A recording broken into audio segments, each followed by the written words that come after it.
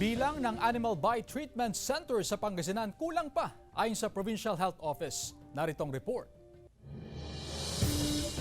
Taong 2021 nang makagat ng aso si Marisa sa Frianeza Street, Barangay Poblasyon, Mangaldan, Pangasinan. Walang Animal Bite Treatment Center sa bayan, kaya naghanap pa siya ng pribadong klinik para makapagpaturok ng anti-rabies.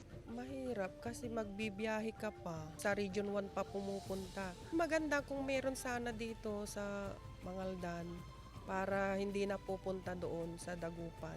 Noong nakarang taon, 7 ang nasawi sa probinsya ng Pangasinan dahil sa rabies. Aminado ang Pangasinan Provincial Health Office na kulang ang bilang ng Animal Bite Treatment Center sa probinsya. Ni-encourage natin ang local government units na magtala sila ng kanilang Animal Bite Treatment Center for accessibility. Kasi nga po, karamihan doon sa mga nakakagat galing sila sa malalayong barangay.